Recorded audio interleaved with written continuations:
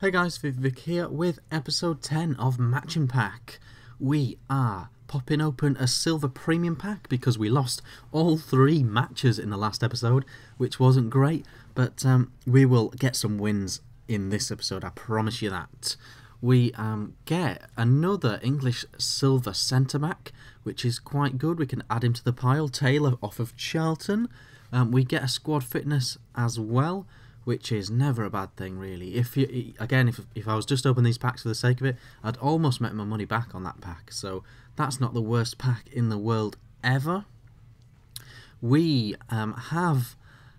What happens here, guys, I'll tell you straight up. I decided to put all my attribute cards on all my players just because I had loads. I want to get rid of them. I really don't rate them, to be honest, with you guys. But... I decided to put them on. I played against a guy who rage quit after 1 minute, and that's how we've got the 3 points there, and that's how we've popped back up into a game without those attribute cards. So I don't know if I've explained that very well, but essentially we went in, played a guy for a minute who quit, so we lost our attribute cards. We got about 100 coins, and we got 3 points on the board in this division.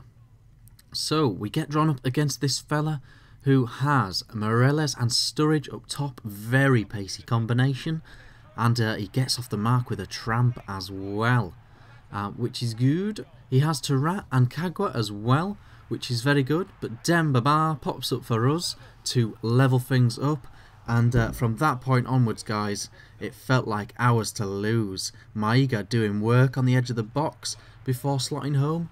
I tell you once, I'll tell you 1,000 times, guys, I'm very pleasantly surprised with Maiga. He's really good. He seems to play really good. He's, like, strong but not slow, which is, like, for me, for what I want out of a striker, perfect combination. I thought he got really lucky with that goal from Daniel Sturridge there.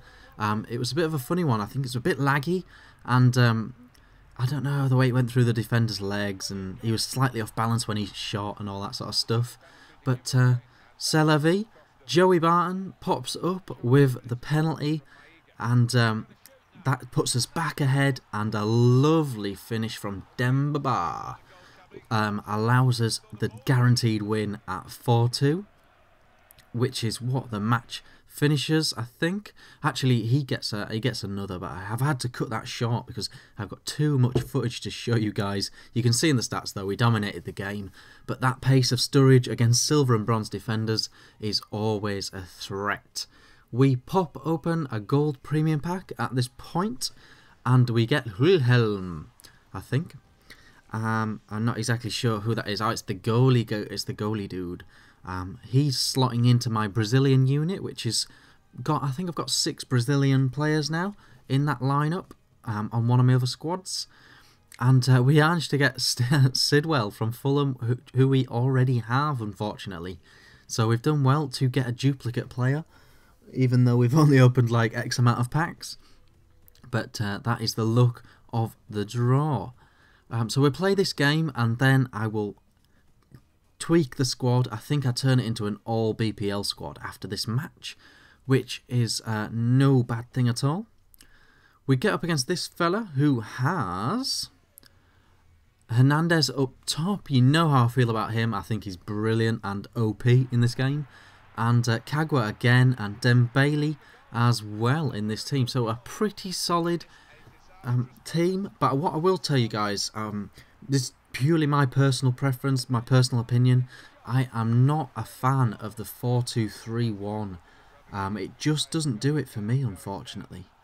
Yeah, I don't know exactly why. I think it's like having cams in wide positions. It doesn't seem to work for me. But Selavi, it definitely works for this guy, as he's giving me the absolute trouser snake at this point. And he beat me 3-0 in the end. And I did have chances in this game. I think I flag up the stats for you in a second. I did definitely have chances. As you can see, I had 10 shots. He only had 4. But he scored 3 goals. And that's the way that goes. And so we'll have to open another silver premium pack.